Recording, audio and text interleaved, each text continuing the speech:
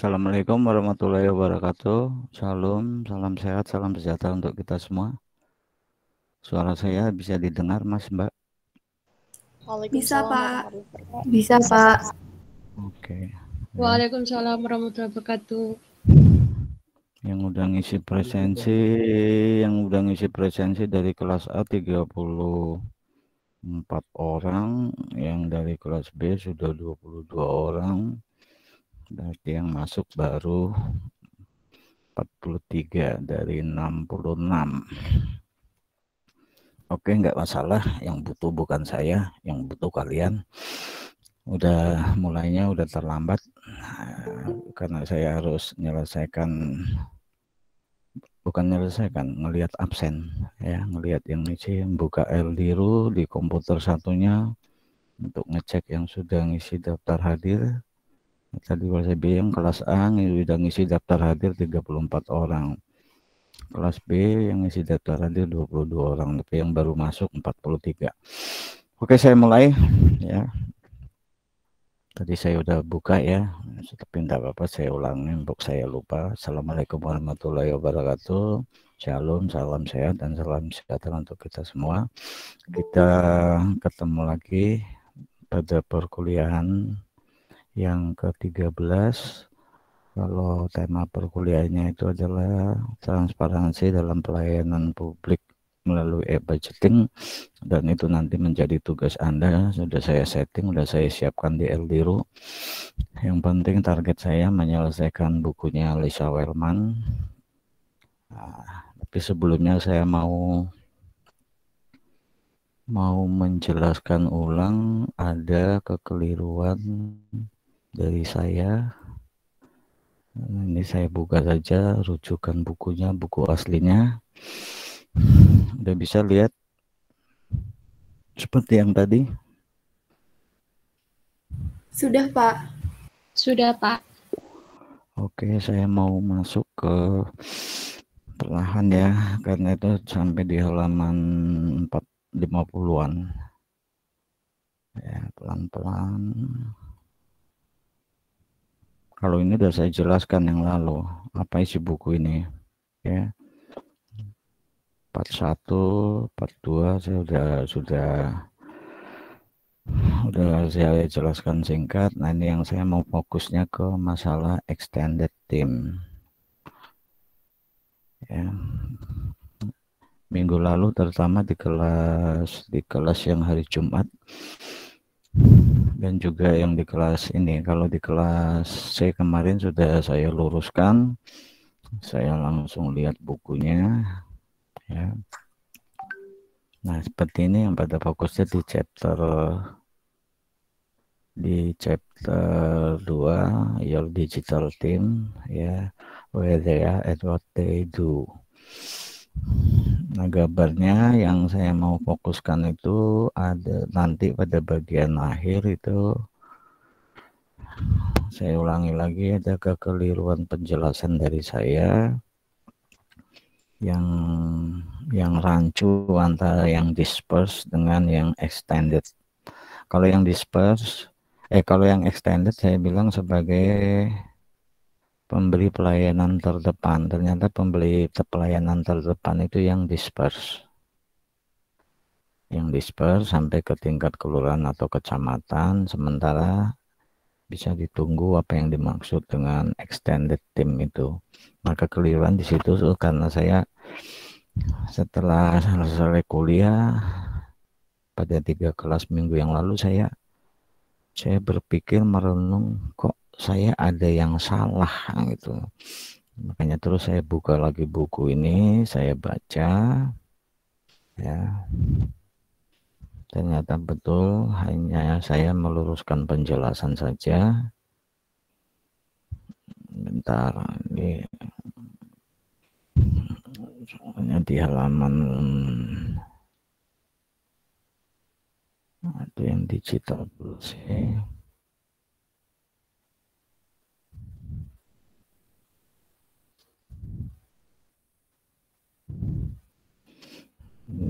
Bisa sekali kan saya menunjukkan bohong-bohongan, bukan lombo-lomboan. Kalau saya itu dari Lisa Wellman itu memang dari buku ini, dan PowerPoint itu adalah PowerPointnya beliau karena saya bisa mendapatkan bukunya secara legal, maka akan melekat dapat PowerPoint. Bentar ya, halaman. Nah ini kan yang kalau Anda masih ingat ya, Digital Governance Maturity Curve ada di sini.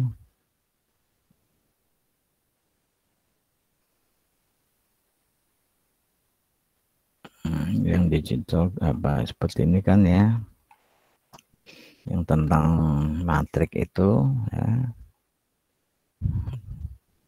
Mulai dari sini ada digital government framework, digital strategi, digital policy, digital standard, dan digital seperti yang ini, digital governance framework ya, sebagai pendelegasian wewenang bagi pengambilan keputusan digital yang khususnya tentang produk dan jasa atau produk dan pelayanan organisasi ya, sesuai dengan aspek-aspek inti atau utama dari organisasi. Nah, kemudian yang ya digital team. Nah, di sini yang ada yang itu yang extended team. Bentar. Ya, nanti Anda bisa baca buku ini. Paling tidak kenapa saya belum memberikan sama dengan waktu yang pertama itu ya, yang dari Huset Saya Raja. Saya punya kiat, saya punya harapan Anda mau ngikuti kuliah ini ya. Baru saya setelah materi selesai baru saya share. Demikian juga yang dari Lisa Wellman ini ya, setelah selesai materi itu baru saya share, dengan harapan Anda mau mengikuti kuliah, setidak-tidaknya mau mendengar, bisa mencapai 20-30%, ada yang nempel di otak, nempel di benak. Jangan sok-sokan mentang-mentang sudah proposal masuk terus keluar. Saya ingatkan ulang, apa boleh buat ya, apa boleh buat, Anda suka tidak suka, yang akan segera keluar dari mulut saya ancaman. Jangan main-main dengan mata kuliah ini. Anda saya kasih ngulang tahun depan, Anda baru bisa maju ujian pendadaran tahun 2023 ya. Pak Ali ngasih nilai Anda 90, saya kasih 0. Bukan karena Anda bodoh, tapi karena Anda suka-suka Anda sendiri. Sikap dan perilaku juga dinilai. Sikap dan perilaku dalam perkuliahan daring, terutama yang dapat pembimbing skripsi saya perhatikan itu siapa-siapa saja yang ikut kuliah governance digital. Tikok ngerogorom peloh ya. Ada di kelas ini, mudah-mudahan masih ada. Karena Anda, maaf saya nggak sebut nama Anda, karena Anda hanya masuk dan terus keluar. Anda masuk keluar, Anda masuk keluar. Saya perhatikan perkuliahan itu. 1 bulan proposal Anda belum saya apa-apakan kan? Supaya Anda tahu. Ya. Saya berharap Anda ngikuti kuliah ini karena Anda menulis skripsi yang berkaitan dengan governance digital. Itu berkaitan dengan governance digital itu. Karena Pak Ali Rohman udah ACC, terus kamu ngikuti perkuliahan ini sesukamu. Kasih 0 kamu, kiamat duniamu. Belajar menghargai diri sendiri. Cara menghargai diri sendiri itu mentaati apa yang menjadi kewajiban dalam perkuliahan, yang menjadi kewajiban dalam perkuliahan. Hargai diri sendiri. Saya nggak minta dihargai. Hargai diri sendiri. dengan cara mentaati apa yang menjadi kewajiban dalam perkuliahan governance digital dari saya. Jadi jangan saya ulangi, jangan mentang-mentang Pak Ali udah CC terus kamu nggak mau ngikuti kuliah ini gara-gara kamu masuk keluar, makanya nyong jadi bebah ngoreksi skripsimu.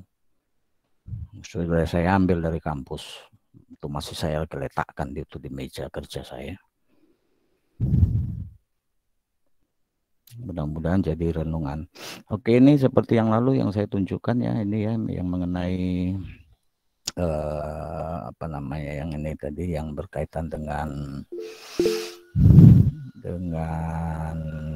disperse core team ya, yang disebarkan atau yang diperluas ya, ini ya.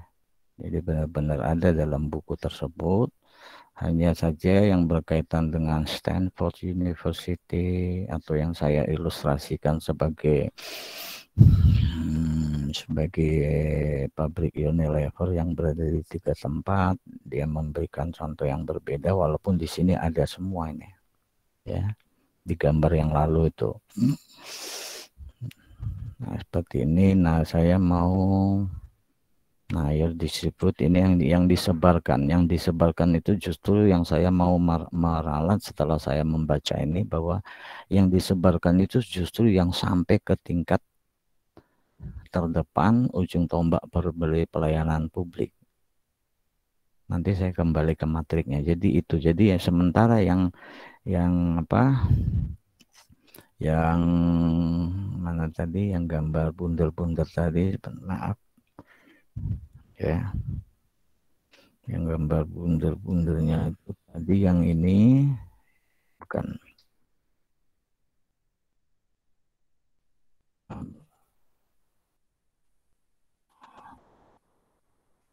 Buat saya harus menunjukkan ini sebagai bentuk dari merenung, loh kok ada yang salah gitu loh ini ya. Nah jadi yang distribute itu kaitannya dengan, kalau di metrik yang lalu, kalau Mas dan Mbak ingat, itu ada disperse. Disperse kan yang disebarkan, ini yang yang distribute itu juga maksudnya didistribusikan, dibagi-bagikan.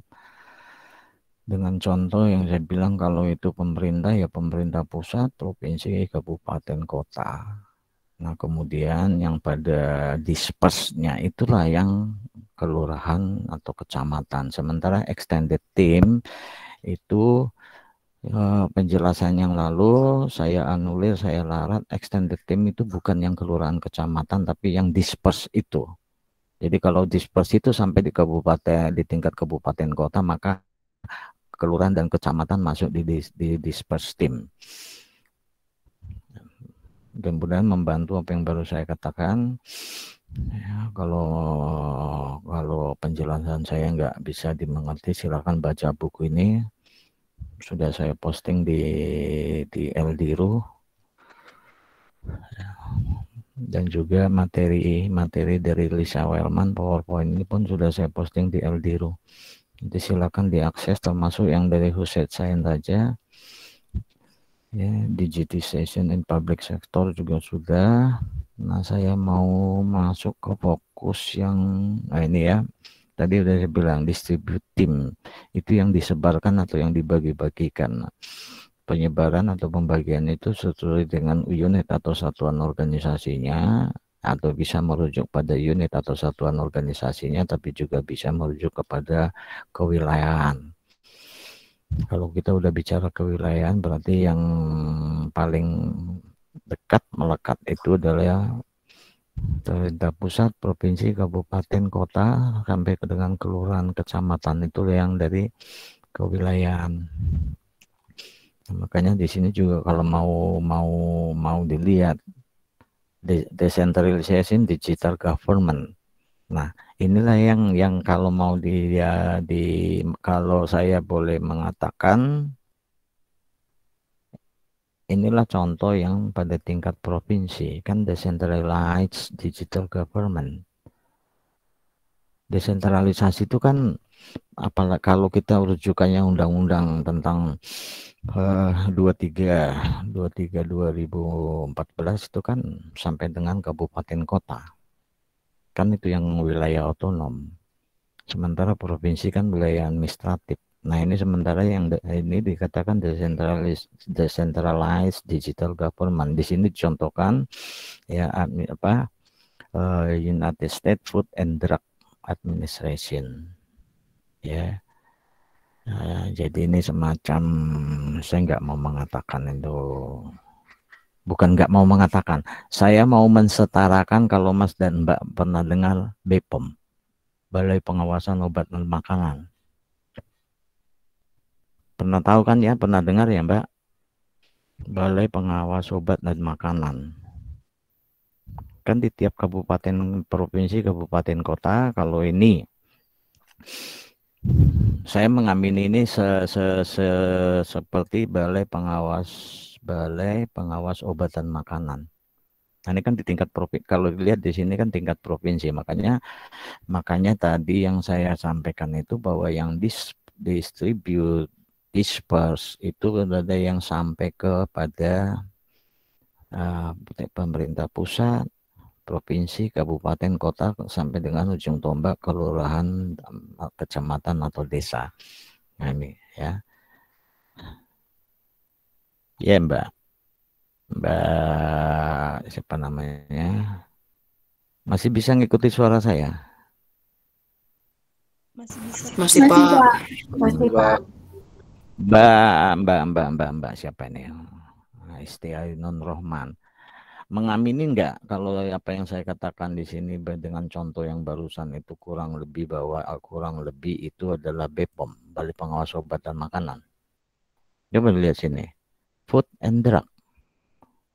Food, makanan, dan ini obat-obatan. Ya. Sependapat enggak? Kalau enggak sependapat, saya enggak punya contoh lain.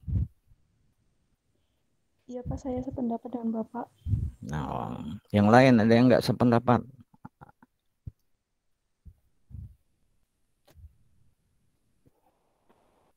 Indah Dewi? Ya. Saya sependapat, Pak. Food and Drug Administration. Kalau di Amerika itu memang selalu buntutnya administration. Sementara di kita mungkin itu bisa badan ya. Nah, kebetulan BPOM itu badan. Nah, oke, saya teruskan. Jadi ini contohnya bahwa sampai dengan disperse team terus apa tadi satu lagi, bukan yang extended ya, distribute team dan disperse team itu ya inilah yang diatur dalam governance digital yang ada di masing-masing tempat atau wilayah tersebut. Kan tadi udah saya bilang bisa dibabel dalam pengertian sebagai satu unit atau satuan organisasi, atau dia dari segi kewilayahan, segi geografis. Ini tadi masih unit contohnya unit drug ya, administration ya. Administration. Nah, kadang-kadang di kita, saya ulangi aja biar kita satu menyamakan persepsi ya. Kalau di kita administration, apalagi udah seperti ini menunjukkan ini adalah organisasi publik. Pasti ujung-ujungnya administration. Seperti misalnya tadi saya ini ya, Food and Drug Administration. Nah, saya mau mencontohkan. Pasti yang Anda paling tahu bahasa Indonesianya adalah misalnya ya National Aeronautic and Space Administration, Badan Ruang Angkasa Amerika. Administration itu badan. Nah, gitu. Jadi kita saja yang kalau mau bilang ini administrasi makanan dan obatan, dan obat-obatan ya Amerika. Nah, jadi Administration sebagai organisasi publik di Amerika, kalau kita di Indonesia pasti bilangnya Badan Ruang Angkasa Amerika, NASA. Kalau di kita ada 8 ya, Lembaga Penerbangan dan Antariksa Nasional, kemudian ada Badan Tenaga Atom. Nah, mana ini kok belum ketemu? Nah, your extended team ini ya. Di sini yang saya mau mengatakan your extended team itu saya salah setelah saya saya merenung, loh kayaknya extended team itu bukan gitu deh tahun lalu. Tahun lalu maksudnya saya ingat waktu ngajar ini tahun lalu.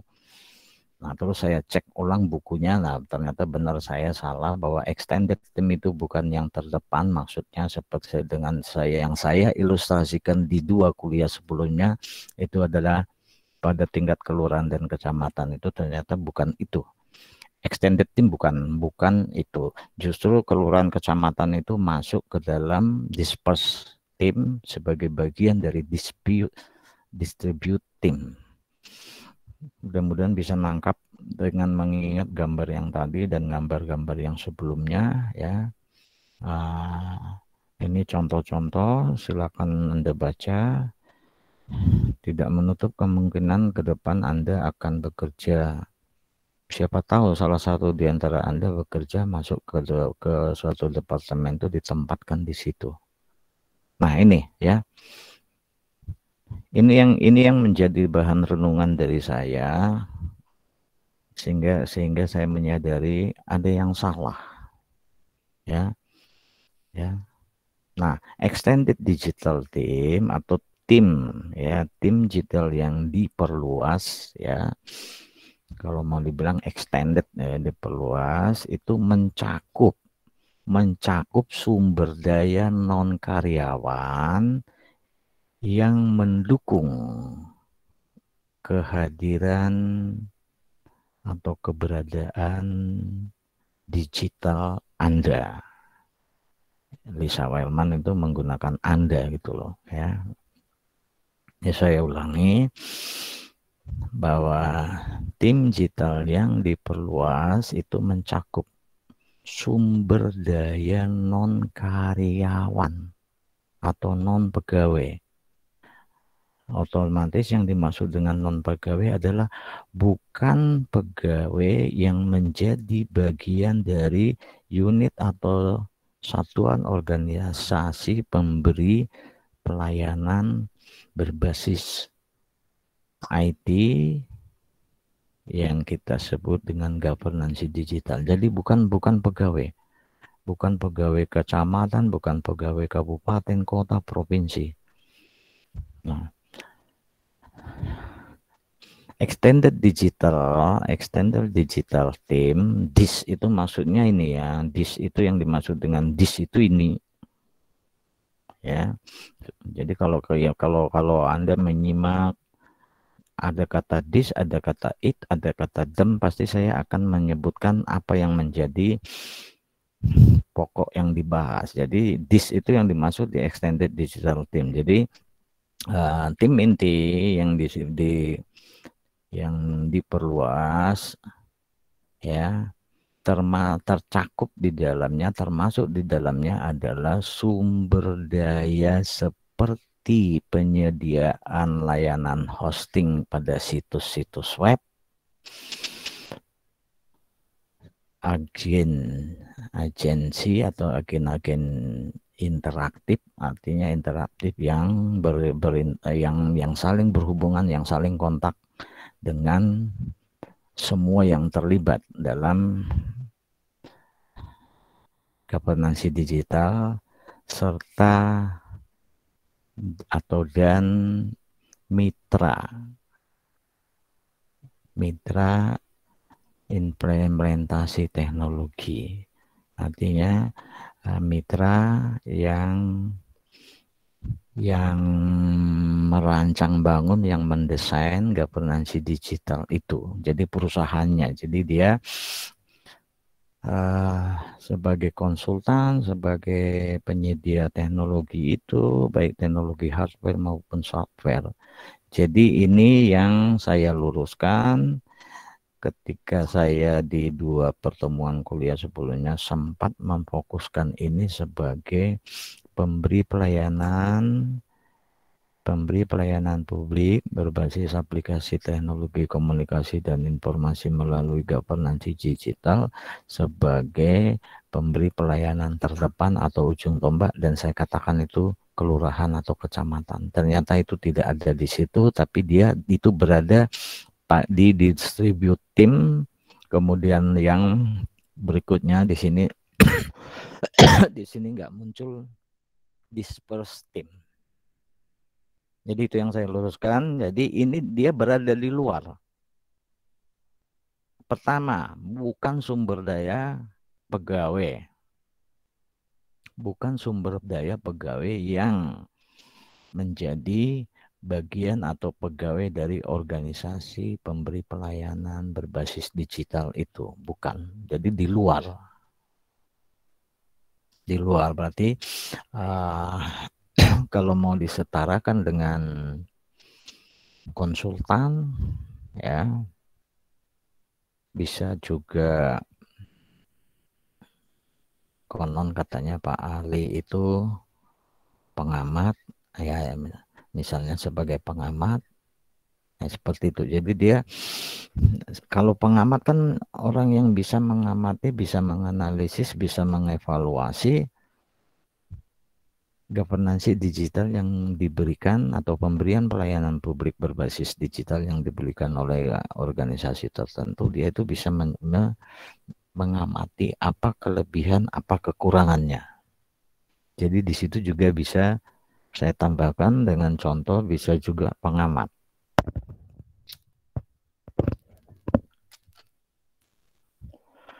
Kurang lebih itu ralat dari saya. Kalau yang berikutnya enggak, ini ya itu kurang lebih itu ralat dari saya. Ada yang mau ditanyakan? Ya, extended digital team atau tim digital yang diperluas itu adalah, ya ini tadi maaf yang ini ya adalah sumber daya atau mencakup sumber daya non karyawan yang mendukung kehadiran digital Anda. Nah, itu Anda itu yang oleh Lisa Wellman, Anda itu mungkin dimaksud adalah pejabat publik, ya. Yang dimaksud Anda katakanlah itu pejabat publik. Nah, extended digital team termasuk di dalamnya adalah sumber daya seperti penyedia layanan hosting situs web, agensi atau badan-badan atau agen-agen interaktif, dan partner dalam implementasi teknologi otomatis pabrik pembuat perangkat kerasnya. Kalau pabrik pembuat perangkat keras otomatis berkaitan juga dengan perangkat lunaknya. Ada yang mau ditanyakan enggak? Dari penjelasan ulang barusan, saya meralat extended, khususnya extended team. Ya. Mungkin ini saya tegaskan ulang saja ya, di sini yang summary-nya ya.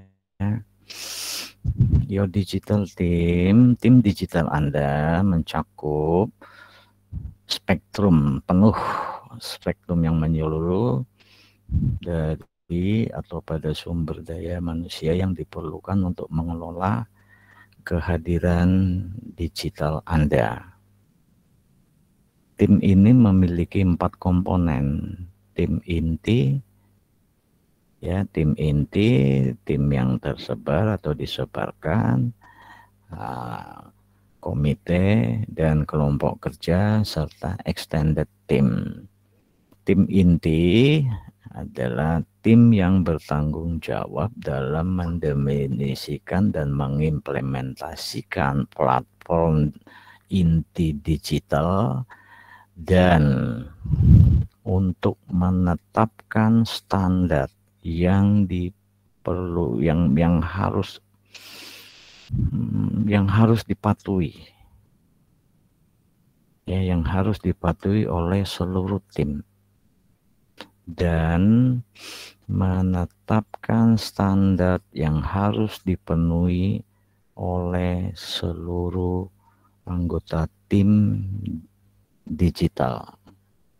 Sementara yang distribute tim adalah atau tim yang terdistribusikan atau tim yang tersebarluaskan. Tersebarluaskan, saya ulangi, bisa bermakna tersebarluaskan pada satuan-satuan organisasi tertentu atau pada organisasi-organisasi publik atau pada beragam organisasi publik ataupun juga menurut aspek geografis. Nah, geografis tadi saya sudah contohkan provinsi. Ada berapa provinsi di kita? 33. Lah, itu dari segi geografis itu penyebarannya seperti itu. Nah, saya ulangi, ya, tim yang tersebarluaskan atau terdistribusikan itu bertanggung jawab untuk memproduksi dan memelihara kehadiran digital. Ya, mereka akan membawa keahlian dan mereka akan membawa area atau domain bisnis, ya, atau pengetahuan khusus terhadap kehadiran digital. Nah, sementara komite, dewan dan kelompok kerja ini meningkatkan nilai tambah dengan cara menyatukan segala sumber daya secara fungsional untuk mencapai tujuan digital yang spesifik, satu tujuan digital yang spesifik, atau untuk memberikan atau menyajikan upaya pengawasan pada usaha-usaha organisasi digital secara menyeluruh. Ya, saya ulangi, atau untuk memberikan pengawasan, ya, pada effort itu usaha digital di seluruh organisasi atau pada organisasi secara menyeluruh. Dan yang extended digital team itu seperti tadi saya ulangi lagi adalah tim digital yang tim digital yang diperluas itu mencakup sumber daya bukan pegawai, tapi sumber daya itu mendukung kehadiran digital Anda. Ya. Ini termasuk sumber daya seperti penyedia layanan hosting, ya, seperti website hosting service providers, kemudian interactive agency, agen-agen interaktif, serta mitra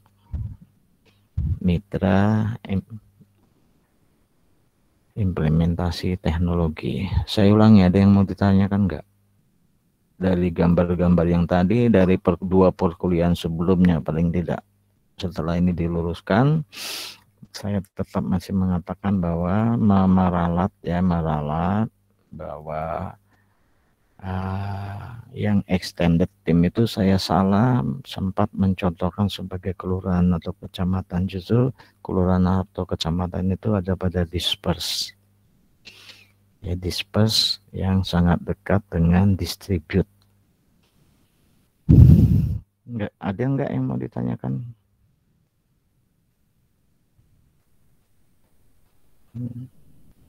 Kalau ada saya siap mencarikan jawabannya di buku itu. Aura, Safa, enggak nanya. Istiainun, Adelia, Indah Jadi Dewi. saya belum ada, Pak. Oke. Oke, kalau gitu saya lanjutkan materi yang lalu, ya. Melanjutkan materi yang lalu. Tolong saya diingatkan kita sudah sampai mana ya. Kemarin di kelas anu juga saya lupa sudah sampai mana.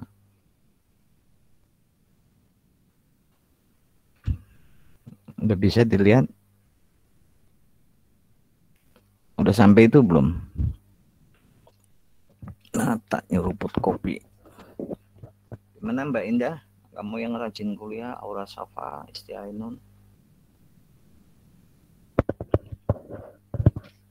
Udah sampai itu belum? Atau bahkan udah lewat? Coba diingat-ingat ya. Coba diingat-ingat. Ini sudah belum? Digital strategi. Itu udah, Pak. Ini juga udah. Ya, oke, terima kasih masukannya Mas. Ini juga udah ya. Ini. Nah, berarti digital policy udah. Digital policy juga udah, Pak. Nah, karena saya ingat saya kebut waktu itu karena dia hanya 2 slide. Ya. Berarti kita sekarang ini. Kalau ini belum toh? Kalau belum ya, berarti kalau belum berarti kita di situ. Kita mulai di situ dan kita selesaikan yang dari Tante Lisa ini ya. Nah, saya ulangi materi yang dari Huset Sain Raja sudah saya posting di Eldiru. Kemudian itu terpisah sendiri. Kenapa? Maaf Kenapa ya, Mas? Pak? Sepertinya yang Suaramu putus-putus Mas. Gimana maksudnya? Baru sampai digital strategi, Pak. Yang digital policy kelas A sepertinya belum, Pak. Yang 2 slide itu, Pak. Baru sampai digital strategi. Oke, terima kasih. Justru ini feedback yang saya minta. Berarti untuk mungkin kelas B sudah. Tadi yang menjawab bilang sudah itu kelas B ya, tapi kelas A belum ya? Iya betul Pak. Iya Pak. Ya oke. Saya dari situ saja digital policy ya. Digital policy ya, pesannya itu stay on track ya. Maksudnya stay on track ya tetaplah berada pada jalur. Stay on track itu tetaplah di jalur. Nah, tetaplah berada pada jalur. Artinya tetaplah kebijakan yang ada dan yang sudah ada itu dijadikan pedoman dan dijadikan panutan. Jangan gunakan yang lain. Nah, yang dimaksud dengan digital policy itu adalah ya atau kebijakan digital itu adalah pernyataan tentang keyakinan, sasaran, keyakinan, sasaran, dan tujuan ya, dan tujuan tingkat tinggi ya, tujuan utama maksudnya, dan tujuan utama itu harus taat atau harus mematuhi hukum. Jadi maksudnya harus taat hukum. Ya. Kemudian harus kebijakan digital itu juga harus mengatur pengelolaan risiko serta mendorong keunggulan yang kompetitif. Jadi itu yang harus ditetapkan atau menjadi muatan pada kebijakan digital. High level statement of belief. Ya. Pernyataan tentang keyakinan atau bahwa kebijakan itu merupakan satu keyakinan. Nah, kemudian kalau yang di sini kaitannya to comply with law, ya harus taat pada hukum. Hukum memang yang dimaksud di sini itu apa? Ya kebijakan itu. Mestinya Anda paham ya. Anda udah lulus teori kebijakan publik, formulasi kebijakan, analisis kebijakan. Memang kebijakan publik itu apa sih wujudnya? Wujud dari kebijakan publik itu apa? Jangan bilang program, jangan bilang proyek. Itu bagian dari. Nah, pertanyaan saya bagian dari apa? Ya. Wujud dari kebijakan publik itu apa? Jokowi menjalankan roda pemerintahan itu merujuk pada kebijakan publik. Kebijakan publik yang mana? Wujudnya apa?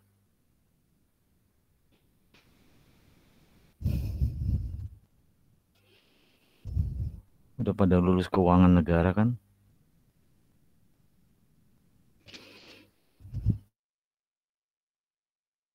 Masih ingat nggak? APB depannya ada UU loh. Wujud kebijakan publik yang menjadi acuan atau rujukan bagi Jokowi untuk menjalankan roda pemerintahan di tahun 2021 itu ya undang-undang. Jadi wujud kebijakan itu undang-undang. Di dalam undang-undang itu turunan yang mengatur aktivitas kementerian. Kementerian dalam negeri punya kegiatan apa? Itu udah diatur dalam undang-undang APBN itu. Ya. Makanya saya bilang, jangan bilang program, jangan bilang proyek. Itu bagian dari kebijakan yang tertinggi. Kebijakan yang tertinggi itu apa? Undang-undang APBN. Ya. Kalau diakui kebijakan yang tertinggi di atas itu apa? Walaupun dia kita bisa setarakan dengan undang-undang RPJM, rencana pembangunan jangka menengah. Rujukannya lagi apa? Kalau ditetapkan dalam bentuk undang-undang, misalnya dengan ketetapan MPR, ya rencana pembangunan jangka panjang. Rencana pembangunan jangka panjang diturunkan ke dalam RPJM. RPJM diturunkan dalam jangka pendek. Jangka pendek itulah APBN. Kan di depan singkatan APBN itu kan ada undang-undang. Itulah kebijakan. Makanya tadi saya tanya, wujud kebijakan itu apa? Wujud kebijakan rektor unsut apa? SK rektor, peraturan rektor. Wujud kebijakan Kementerian Dalam Negeri apa? Peraturan menteri, SK menteri. Wujud kebijakannya Jokowi apa? Peraturan pemerintah. Peraturan pemerintah banyak sekali sesuai dengan jumlah kementerian. Itu turunan dari undang-undang itu, peraturan pemerintah. Nah, Anda harus bisa membedakan peraturan pemerintah dengan peraturan presiden. Peraturan pemerintah itu mengatur semua. Peraturan presiden mengatur khusus. Tinggal peraturan presiden atau keputusan presiden itu mengatur khusus. Mengatur hal-hal yang bersifat khusus. Dia tidak bersentuhan dengan semua warga negara, warga masyarakat. Makanya di sini dikatakan in order to comply with law. Untuk mematuhi hukum. Makanya tadi saya tanya, ya kebijakan. Kita bicara tentang digital policy. Gitu Mas Mbak ya. Saya nggak tahu ketika Anda ngikutin kuliah kebijakan publik, ditegaskan nggak apa itu contoh kebijakan publik? Ya undang-undang itu kebijakan publik. Nah, kalau itu di organisasi privat, ya peraturan perusahaan. Gitu ya Mas Mbak ya. Tambahan sedikit dari saya yang sering Anda lupa apa itu wujud kebijakan. Ya. Nah, di sini dicontohkan ya. Perusahaan X akan menyimpan semua data perusahaan dan data pemasaran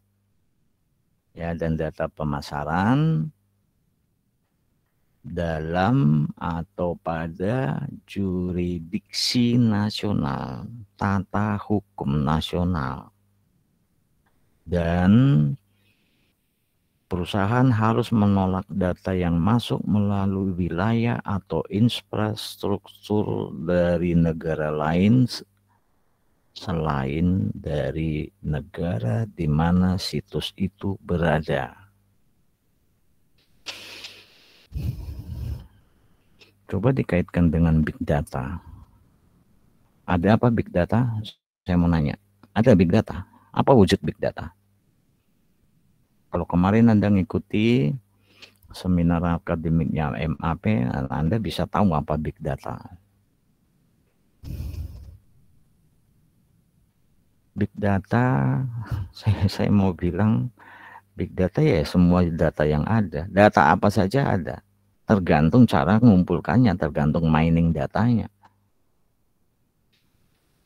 Jadi kalau kemarin ngikuti seminar akademik MAP, kemudian seminar nasional yang pembicaranya Pak Ali dan Bea Lova siapa itu, sama satu lagi, Anda bisa paham apa itu big data. Tapi saya yakin yang dikerahkan untuk kuliah seminar nasional apa internasional kemarin dalam rangka Disnatalis Visip itu, mungkin kalian nggak dipaksa ikut. Saya dipesan Pak Ali untuk yang ikut kuliah governance digital supaya dikosongkan. Saya bilang, karena itu seminarnya hari Rabu. Hari Rabu tidak ada governance digital, Pak. Ya tolong diumumkan, Pak.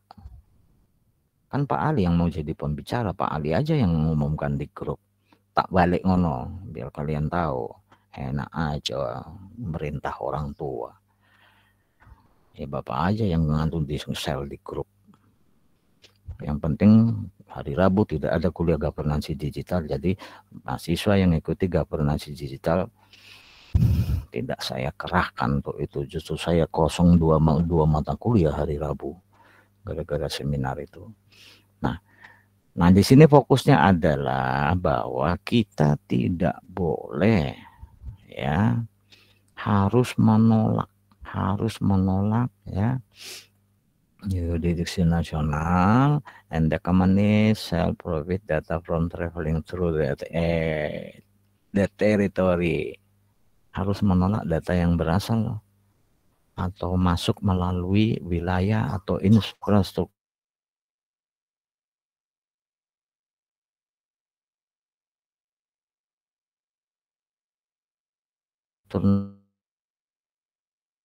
negara seni. Sumbernya data apa? Oh dari big data. Big datanya siapa? Cambridge University. Oh, jangan pakai. Itu maksudnya di sini. Ya. Dan perusahaan harus menolak self prohibit data yang bersumber atau masuk melalui wilayah atau infrastruktur negara lain. Wilayah atau infrastruktur itu apa? Kalau wilayah jelas ya. Nah, yang maksud infrastruktur itu apa? Ya ICT itu. Dari negara lain selain negara di mana situs itu berada. Jadi Kurang lebih yang ditekankan di sini, gunakanlah data-data yang pasti dan ada, dan itu bersumber dari data-data yang ada di dalam negeri. Itu penjelasan penekanannya. Nah, kemudian ini rentang kebijakan-kebijakan digital itu mencakup yang accessibility, branding, domain names, language and localization, hyperlink dan hyperlinking, intellectual property, privacy, security, social media, dan web records management. Aksesibilitas atau akses yaitu peluang atau kesempatan kita untuk mendapatkan atau untuk meraih atau untuk mengakses. Branding, pencitraan. Kemudian domain names, domain itu area, arena, ranah atau gelanggang. Itu makna dari kosakata domain, ranah, ya, berada pada ranah governansi digital, ya, berarti berada dalam wilayah ilmu pengetahuan yang namanya governansi digital. Kalau misalnya seperti barusan saya katakan, domain governansi digital, ranah, area atau gelanggang, arena atau gelanggang, ya. Yang namanya gelanggang kan terbatas di situ. Kalau udah keluar dari itu bukan domain dari governansi digital. Nah, kemudian harus menggunakan bahasa, ya, dan localization, ya, menggunakan dan bahasa dan ada pelokalisasian yang jelas. Kemudian hyperlink dan hyperlinking. Intellectual property, kekayaan intelektual, hak milik atau kekayaan intelektual, ya. Privacy, ya, melindungi privasi seseorang. Keamanan berarti keamanan dari data dan keamanan dari governansi itu digital itu sendiri, keamanan terhadap cybercrime, ya, kejahatan dunia maya, cybercrime, kemudian termasuk juga sosial media. Jadi sosial media juga diatur sebagai rentang kebijakan digital. Dalam rentang kebijakan digital serta arsip manajemen web, ya, arsip manajemen web.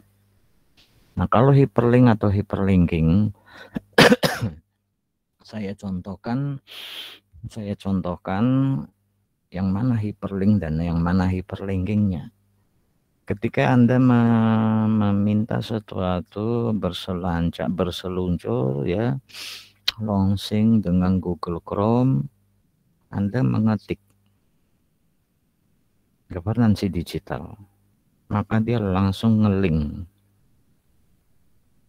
mengkaitkannya dengan semua hal-hal yang berkaitan dengan governansi digital. Nah, walaupun Anda menulis governansi digital bukan digital governance, maka dia akan hyperlink dengan semua yang berkaitan dengan itu. Anda gunakan bahasa Indonesia yang akan masuk bahasa Indonesia.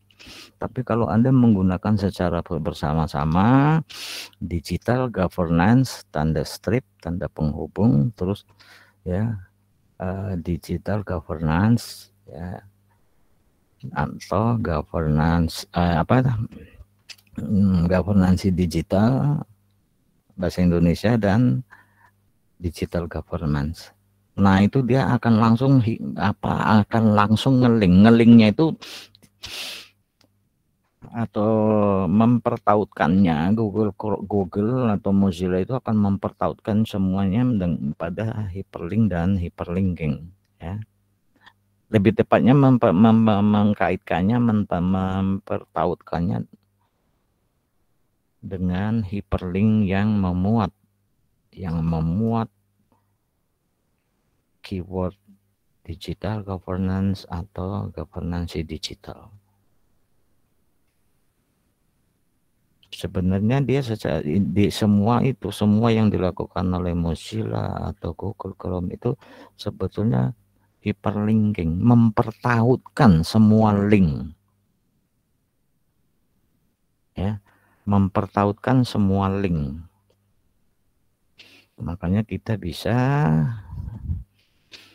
menemukan penelitian orang Indonesia tapi dipublikasikan di Polandia, dipublikasikan di Kanada, dipublikasikan di Selandia Baru. Nah, ini hyperlink dan hyperlinking itu yang membantu kita, kebutuhan kita. Ya. Kalau yang seterusnya, yang lain, saya kira bisa dipahami bahwa 10 poin ini adalah kebijakan yang harus diatur dalam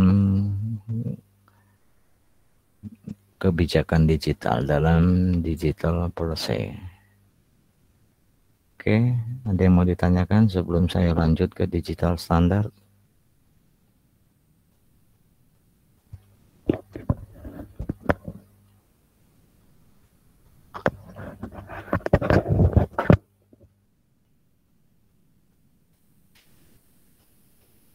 Kalau nggak ada, saya teruskan. Digital standard, getting digits right.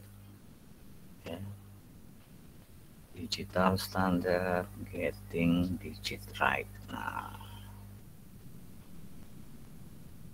apa yang dimaksud kurang lebih getting digit right? Coba siapa yang menjawab? Apa kira-kira apa?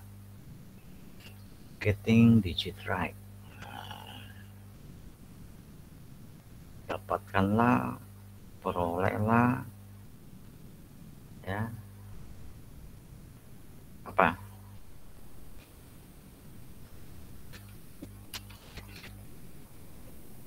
Apa Mas, Mbak?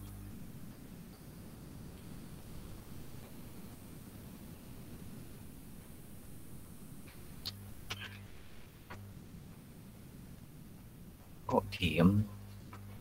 Sekali-sekali bantu saya dong. Ya, mendapatkan hak digital, ya, mendapatkan hak digital.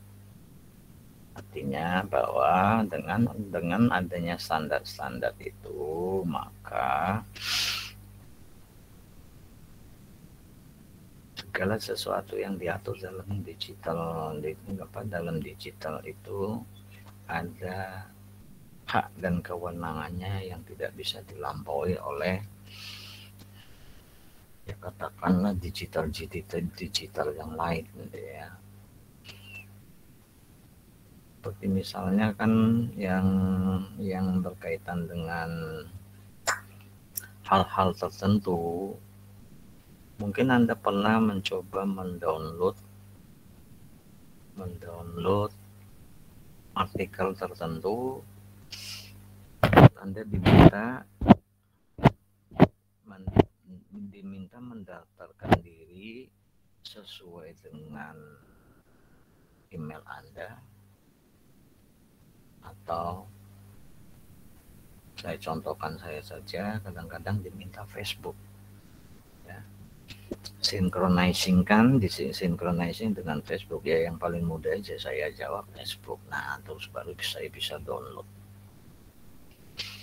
Oke, apa yang dimaksud dengan digital standard? Ya, digital standard itu adalah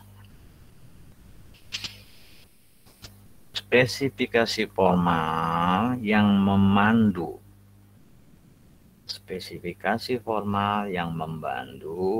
apa yang harus dilakukan terkait dengan aspek publikasi dan pengembangan digital. Spesifikasi formal yang memandu apa yang dapat dilakukan atau apa yang bisa dilakukan berkaitan atau terkait dengan aspek-aspek publikasi dan pengembangan digital. Nah, ini tadi kaitannya dengan ini nanti ya. Tadi saya di sini tadi, maaf saya pindah dulu di sini. Lihat di sini. Ada language and localization.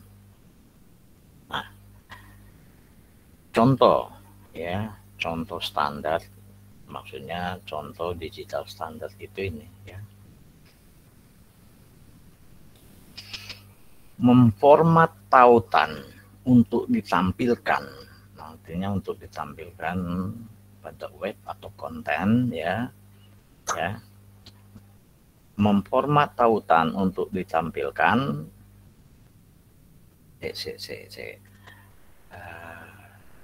Tautan itu harus diformat untuk ditampilkan sehingga konten itu ditulis dalam bahasa situs. Konten itu harus ditulis dalam bahasa situs.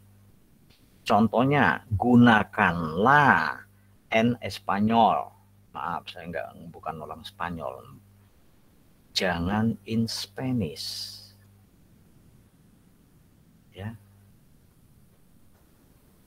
Manakala mentautkan dari situs berbahasa Inggris ke bahasa Spanyol. Ya. Jangan gunakan in Spanish kalau Anda ingin mentautkan link yang berbahasa Inggris ke yang berbahasa Spanyol. Bukan in Spanish. Nah, yang harus digunakan itu en Espanyol.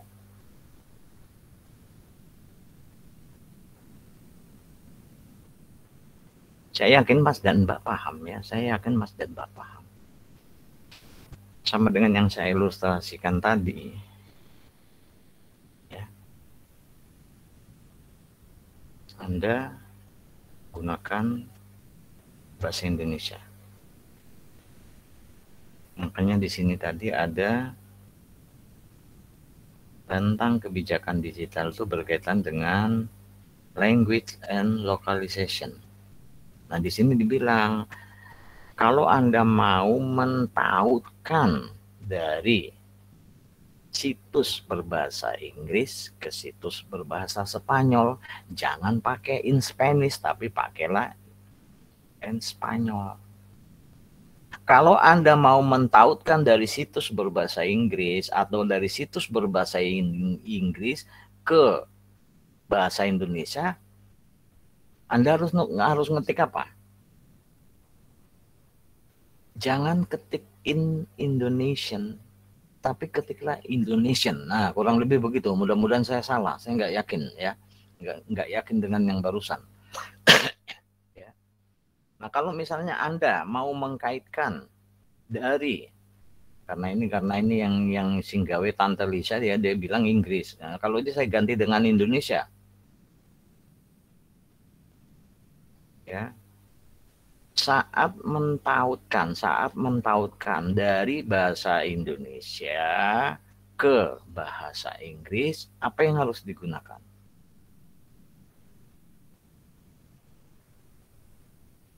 Coba Anda klik itu di Google. Kan nggak ada pilihan bahasa language, itu kan hanya ada English kan? Nggak ada in English kan?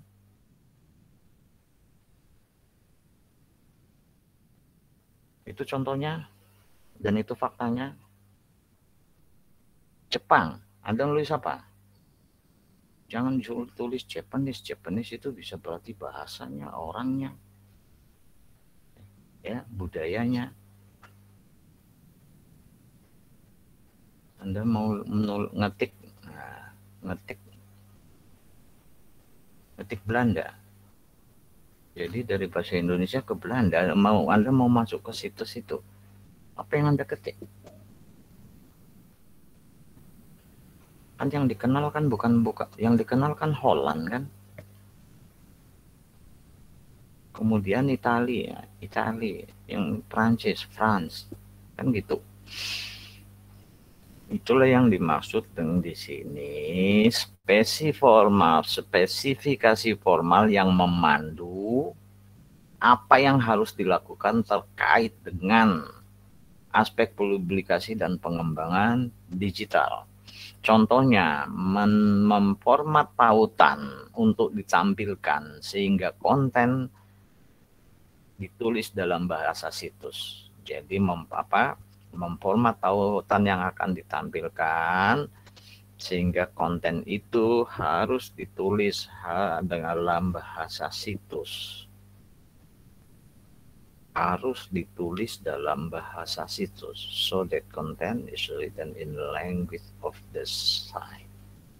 Harus ditulis dalam bahasa situs, sehingga di sini contohnya, manakala kita ingin mentautkan dari bahasa Inggris ke bahasa Spanyol, jangan gunakanlah Espanyol, jangan in Spanish atau in Spain. Pembuteng yang baca yang jelas namaning lah. Kemudian jangan gunakan directory atau nama file berbahasa Inggris untuk situs yang bukan berbahasa Inggris gitu loh. Jangan gunakan directory atau nama file berbahasa Inggris untuk situs yang bukan berbahasa Inggris. Nek situsmu bukui berbahasa Indonesia, ya bahasa Indonesia sajalah. Ini adalah contoh dari apa yang menjadi tuntutan dalam standar digital. Nah, contohnya seperti ini. Ya, lanjut seperti ini.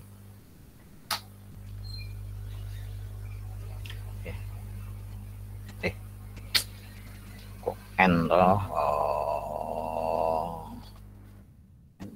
Bubar rampung. Digital policy, digital standar terus. Yang ini ya. Sama saja. Oke.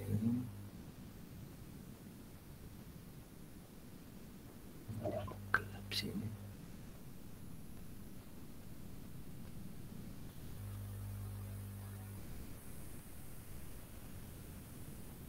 Nah, arena atau ranah dari standar digital. Ranah dari standar digital itu ada 4. Ya, ada 4 di sini yang berkaitan dengan desain, berkaitan dengan editorial, berkaitan dengan publikasi dan pengembangan, serta yang berkaitan dengan jaringan dan infrastruktur. Yang berkaitan dengan desain itu menyangkut tipografi dan pewarnaan, kemudian gambar-gambar serta template-template. Yang menyangkut editorial itu menyangkut tentang branding, konten, dan bahasa. Yang berkaitan dengan publishing and development itu berkaitan dengan tools, protokol, dan akses informasi. Nah, sementara yang berkaitan dengan jaringan dan infrastruktur itu adalah hosting, security, software, dan hardware.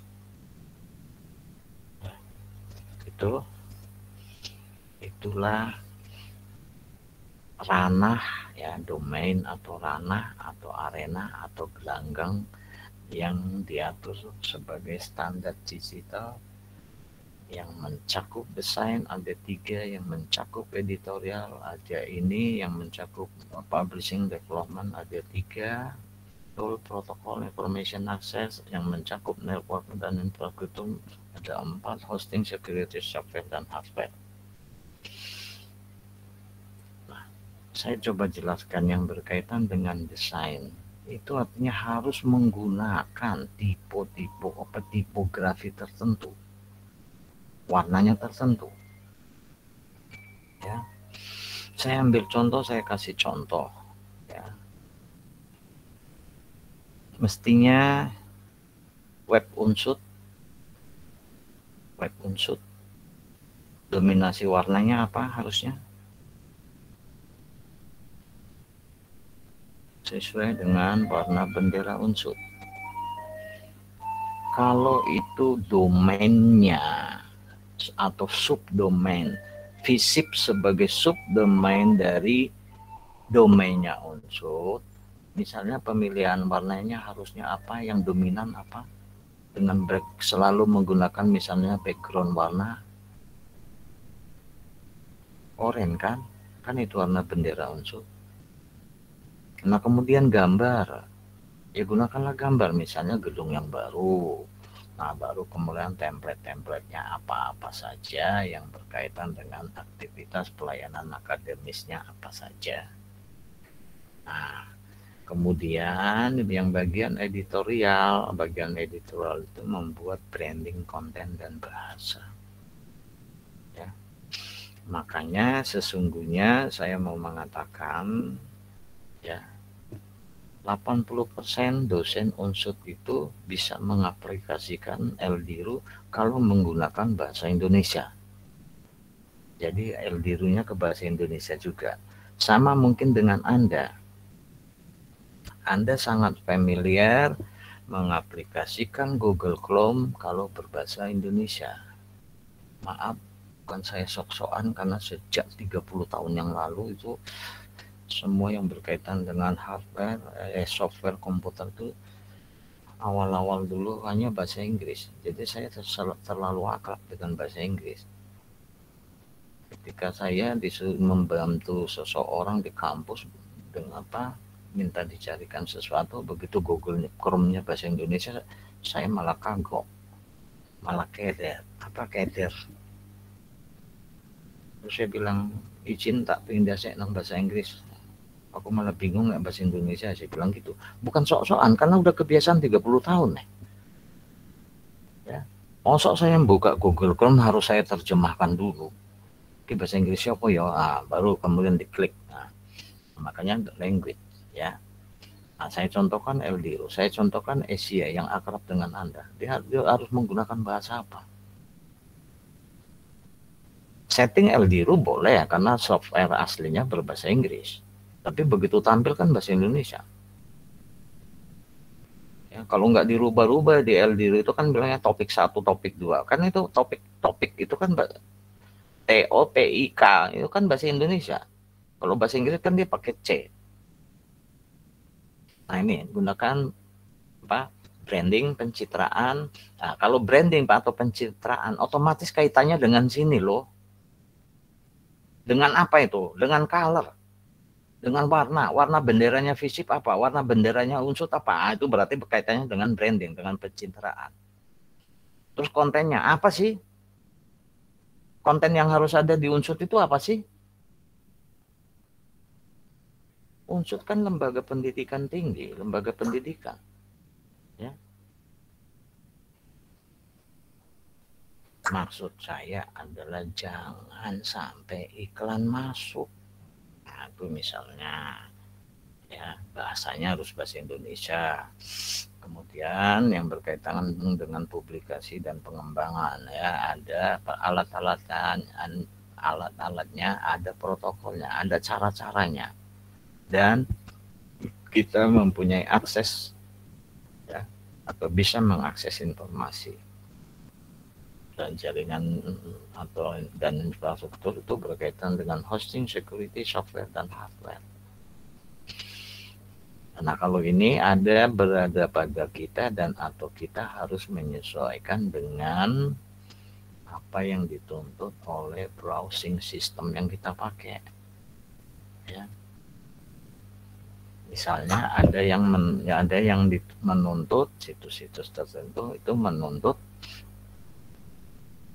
yang kita install sebagai browsing mesin, sebagai browsing sistemnya itu adalah Google. Sementara ada yang lain Mozilla. Saya sering berdebat tuh sama teman-teman itu. Sebenarnya apa? Jangan bilang Mozilla lebih unggul, jangan bilang Mozilla lebih cepat. Karena apa? Karena dia akrab, tidak pernah pindah ke lain hati. Begitu kenal Mozilla terus. Tapi begitu ada yang minta situs tertentu, mintanya Google Chrome, kebingungan dia. Nah, kalau saya dua-duanya oke, tapi saya tidak pernah mau yakini Mozilla lebih cepat, tidak pernah meyakini Mozilla lebih cepat. Malah kontennya lebih kayak Google Chrome. Nah, itu berkaitan dengan hardware software ya, komputer kita atau HP kita. HP kita bisa digunakan untuk mengakses, bisa masuk ke situs-situs itu, berarti HP canggih kan. Nah, kemudian hosting ya, tuan rumahnya siapa? Nah, tuan rumah ini yang harus menjaga keamanan dari web itu. Oke, saya kira itu yang berkaitan dengan digital domain atau standar. Kalau mau lebih pintar dari saya, nanti buku-bukunya Tante Lisa itu dibaca. Nah, ini siklus hidup dari standar. Siklus hidup dari standar. Ya. Di situ ada pendorong. Pendorong, drivers itu pengendali. Mengendali. Nah, di sini ada empat hal: define, disseminate, implement, and measure. Definisikan, batasi, ya, bukan batasi arti ya, definisikan atau batasi. Standar itu apa? Standar dalam pelayanan digital itu apa? Batasi. Kalau sudah, sebarluaskan, disseminate, sosialisasikan, sebarluaskan, sosialisasikan. Kalau tahap ini sudah baru masuk ke tahap implementasi. Tahap implementasi dalam proses perjalanannya itu harus dievaluasi melalui pengukuran, ya, measure atau mengukur. Nah, kalau ada hal-hal yang perlu disempurnakan, maka dia masuk lagi untuk disempurnakan, sehingga akan keluar lagi standar yang baru sebagai define, pembatasan terhadap standar itu. Nah, itu tentang siklus ini. Nah, sekarang pengendali dalam siklus hidup standar. Siklus hidup standar itu apa? Ada dua aspek internal dan aspek eksternal dan aspek internal. Di sini ada dua hal yang sama. Jadi ada kebijakan yang mengatur keluar, ada kebijakan yang mengatur ke dalam. Kebijakan yang mengatur ke dalam adalah kebijakan intranetnya. Nah, seperti contoh yang sebelumnya, kebijakan ke dalam. Ya. Nah, kemudian yang ini keluar. Nah, ini berarti mengatur bagaimana interaksi antara organisasi pemberi pelayanan publik berbasis digital itu dengan warga masyarakat. Nah, itu ada kebijakannya. Nah, faktor eksternal kedua yang mempengaruhi juga atau yang menjadi pengendali bagi standar hidup, siklus hidup standar itu adalah perubahan teknologi. Perubahan teknologi mengakibatkan ditemukannya new best practice. Akibat dari perubahan teknologi dan adanya new best practice, maka dia akan mengakibatkan new project inisiatif. Akan membuat proyek baru atau inisiatif baru untuk memperbaiki pelayanan berbasis digital yang sudah ada itu. Harus disempurnakan, harus disesuaikan dengan perubahan teknologi dan adanya praktek-praktek yang lebih baik. secara hipotetis apa? Nah, Anda yang sedang skripsi, apa yang Anda bisa susun dengan ini? Ya. Pengendali eksternal dan pengendali internal secara bersama-sama mempengaruhi atau menentukan pembatasan dari standar atau akan menentukan pembatasan pada siklus hidup standar. Makanya ya dirumuskan, didebatasi, ya didebatasi standarnya, disosialisasikan, disebarluaskan, diimplementasikan dalam proses waktu yang berjalan, dievaluasi dengan cara mengukur bagaimana pemberian pelayanan berbasis digital itu, serta bagaimana dengan teknologi digital itu sendiri. Nah, kalau ada perubahan teknologi, maka akan menemukan juga cara-cara praktek yang baru, cara-cara praktek baru yang terbaik. Karena apa? Karena ada perubahan teknologi. Akibat dari ini adanya perubahan teknologi dan munculnya dan timbulnya praktek-praktek yang baru dan lebih baik, maka akan menimbulkan inisiatif atau rancang bangun dari redesign atau merancang ulang desain sistem governance digital itu untuk menjadi lebih baik sesuai dengan dinamika perkembangan teknologi dan perkembangan teknologi komunikasi dan informasi. Nah, itu semua harus dirumuskan lagi dengan kebijakan baru. Tidak boleh asal-asal aja. Keluarnya dia juga harus ada kebijakan baru, ke dalamnya juga harus ada kebijakan baru. Sehingga itulah tadi yang saya katakan. Itu tadi yang saya katakan bahwa pengendali eksternal dan internal secara bersama-sama akan menentukan definisi atau pembatasan dari siklus hidup standar. Jadi belajar, Mas dan Mbak, belajar bisa baca gambar. Gambar itu cerita lebih banyak kok. Kamu membuat hipotesa geometrikal. Variabel X1, X2, X3, terus panah ke kanan. Variabel Y-nya apa? Cukup diwakili gambar itu kok. Kalau Anda menguasai apa yang Anda tulis, bisa terurai semua. Nah, sama dengan ini. Gambar ini memunculkan hipotesis. Kan saya bilang memunculkan hipotesis. Hipotesisnya itu. Ya. Faktor pengendali internal dan eksternal secara bersama-sama menentukan definisi siklus hidup standar atau pembatasan siklus hidup standar. Ya sampai ini aja. Ya, kalau ini X1, ini X2, ya Y-nya ini. Apa yang diatur dalam standar yang sekarang? Karena ada perubahan ini kebijakan juga harus dituangkan dengan kebijakan baru. Ya, maka standarnya pun akan berubah. Kurang lebih begitu. Ada yang mau ditanyakan sambil saya ngidupin rokok? Ada enggak?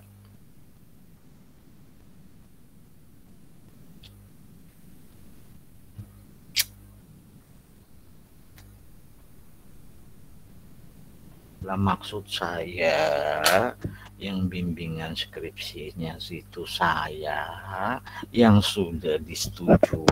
Saya belum kedengaran ya. Maksud saya menyentil dengan sedikit dongkol, Anda boleh mengatakan dengan saya sedikit marah.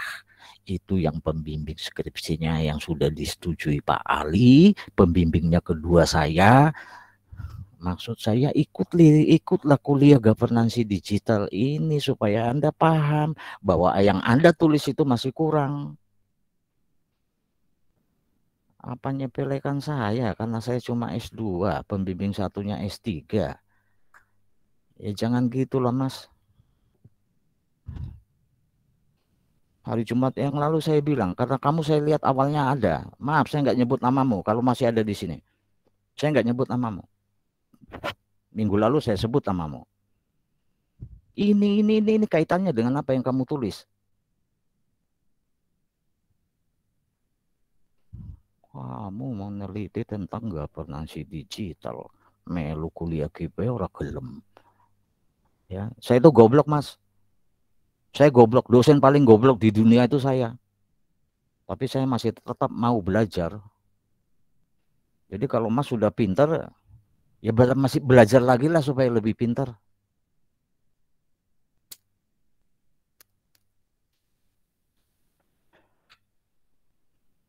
Ya, maaf untuk Mas dan Mbak semuanya.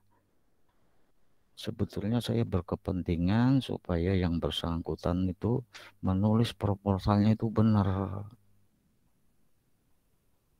Ya. Dia itu tentang apa? Tentang digitalisasi itu. Lah kok kuliah lagi setengah hati. Makanya dengan sedikit dongkol saya bilang, karena pembimbing satunya Pak Ali dan Pak Ali udah setuju. Terusnya bakal manut. Tidak, masih ada yang perlu diperbaiki di proposalmu itu. Makanya saya berharap kamu itu mengikuti kuliah ini supaya tahu kekuranganmu di mana. Tapi apapun itu Mas ya, kalau masih berada di ruang ini, apapun itu, maaf saya dosen paling goblok di dunia. Kamu pintar, belajarlah supaya lebih pintar lagi. Oke, untuk Mas dan Mbak semua, maaf saya teruskan. Mandan dongkol sinyong angger kemutan gue. Pada akhirnya, itu ya, pada akhirnya ingat lagi matrik yang lalu. Di atas ini ada core company. Ada unit di sini disebut tim, ada unit, kemudian di sini government agency, komunitas praktisi komunitas, dan kemudian ada extended team. Nah itu tadi yang udah. Nah inilah yang saya 2 kali pertemuan sebelumnya salah dalam memberikan contoh. Tadi udah saya jelaskan dengan kesaksian dari bukunya Tante Lisa Wellman. Jadi saya harus mengatakan apa yang salah dalam penjelasan 2 penjelasan sebelumnya sudah saya luruskan tadi. Nah, kalau di gambar yang lalu itu ada yang seperti ini, tolong saya izinkan saya menunjukkan pada matrik awal ini. Ini kan kerangka kerja tata kelola pemerintahan kan. Governance itu kan tata kelola pemerintahan.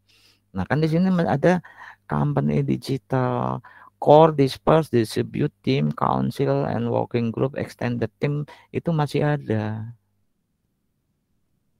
Ya, kalau ini untuk mempertegas keberadaan unit-unit keorganisasian itu dengan saya contohkan kalau ini pemerintah pusat, ini adalah provinsi, kabupaten, kota, sampai kecamatan. Nah, sekarang saya nggak nyebut ini sebagai ujung tombak lagi. Jadi justru ujung tombak itu ada di sini.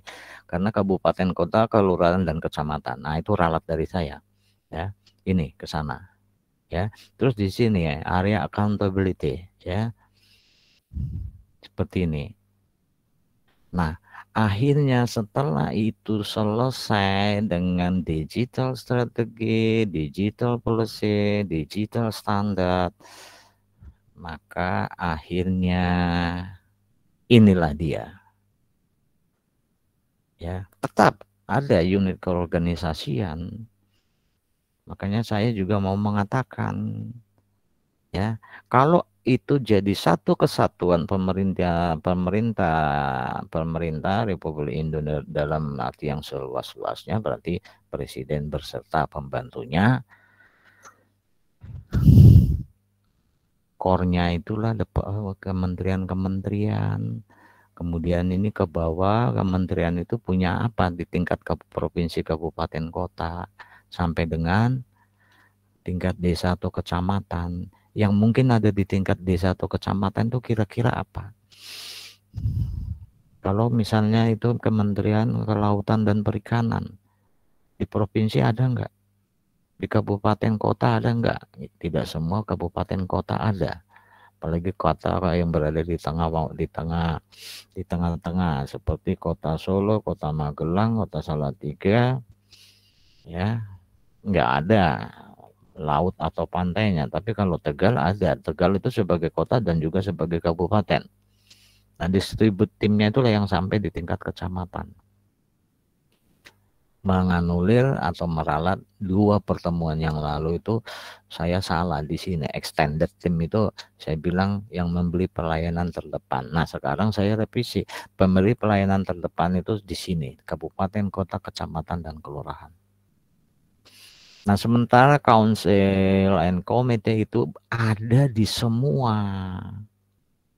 Cuma levelnya apa? Levelnya di tingkat kabupaten, levelnya di tingkat provinsi, levelnya di tingkat pusat.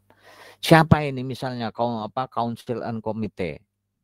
Kalau itu tingkat pusat, ya Kominfo bekerja sama dengan ahli-ahli digital atau lembaga-lembaga yang concern dengan digital. Jadi ini tetap ada, kan dia tetap menembus kan. Jadi setelah saya mau tegas katakan ulang, inilah kalau dia sudah jadi, hanya ada core, disperse core, distribute team, council and committee, dan extended team. Jadi di tingkat kabupaten kota, extended team orang yang berada dan non karyawan, non pegawai. Ya kira-kira itu siapa? Ya pakar-pakar IT yang ada di Fakultas Sains dan Teknologi Unsud sana, itu untuk tingkat kabupaten, provinsi, bahkan kalau memang dia canggih benar, ya. Yang lalu mungkin Anda ikut seminar itu ya. Nah itulah ya. Untuk praktisi, ya. Makanya council itu terdiri dari government, agency, dan community of practices. Ya, itu. Inilah kalau dia sudah jadi, dan inilah kerangka dari governansi digital yang sudah jadi. Kata Tante Lisa Wellman. Nah, dan terakhir Mas dan Mbak semua dapat salam dari Mbak Tante Lisa Wellman. Kalau mau berkomunikasi nanti silakan dibuka di LDRU ya. Kan pesannya ini kan connect me and keep it in touch. Nah itu ya, silakan hubungi Tante Lisa itu di aktifstandards.com atau @wellman. Wellman ini kira-kira IG apa ya? Iya Mas Mbak. Ini pertanda IG bukan ini? Kalau yang ini kan email. Kalau ini IG bukan? Ajari dong saya. Iya Pak, kemungkinan Instagram. Kemungkinan Mbak Instagram. Jangan pakai kata kemungkinan dong Mas Mbak. Saya minta diajari kok. Kalau yang satu itu jelas itu. Ya guyon loh, saya nggak ngeledekin loh, guyon. Kalau yang satu itu menurut keyakinan saya ini email ini. Ya. Tapi kalau yang ini kayaknya Instagram ya. Itu bisa jadi Instagram atau enggak Twitter, Pak. Oh itu gitu Twitter, ya. Pak. Ini di Instagram nggak ada username-nya. Oh gitu. Maaf, saya nggak main-main dengan Twitter ya. Saya nggak main-main dengan Twitter. Terima kasih. Jadi itu dia. Ini pesan dari tante kita, Tante Lisa Wellman. Ini orang warga negara Amerika keturunan kulit hitam atau negro. Kan pesannya itu connect me and keep in touch.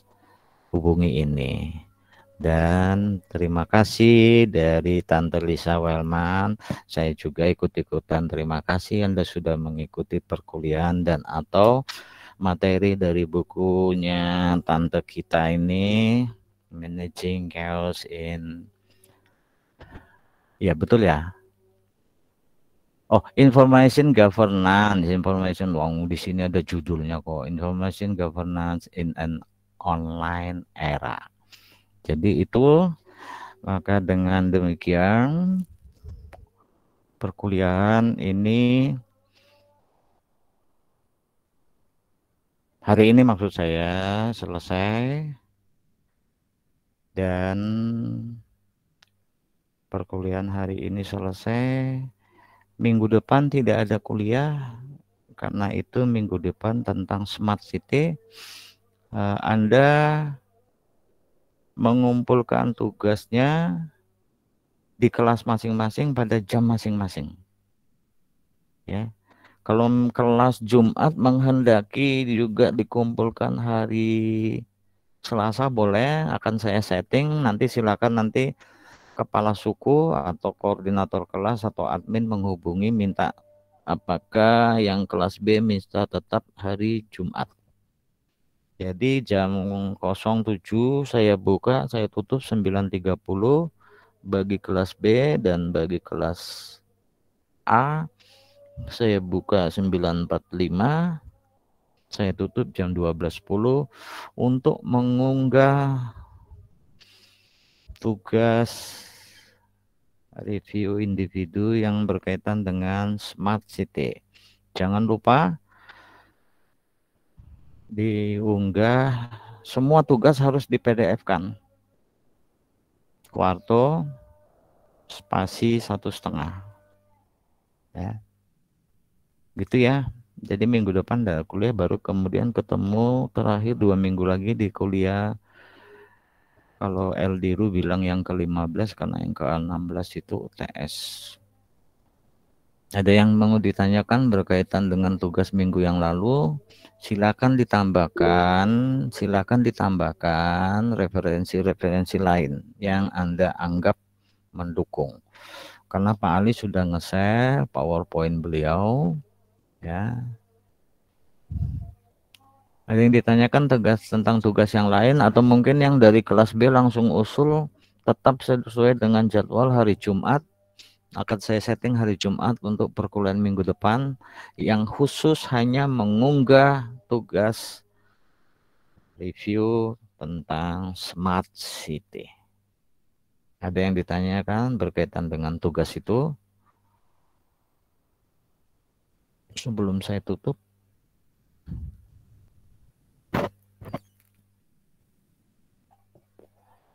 Indah, Intan, Audrika, Arida, Haris, Haris Alwan, Ketua Suku, Adelia, Devani, Christine, Carmila, Harliansa, Isnaul. Belum ada, Pak. Jadi udah tahu ya minggu depan mau ngapain ya.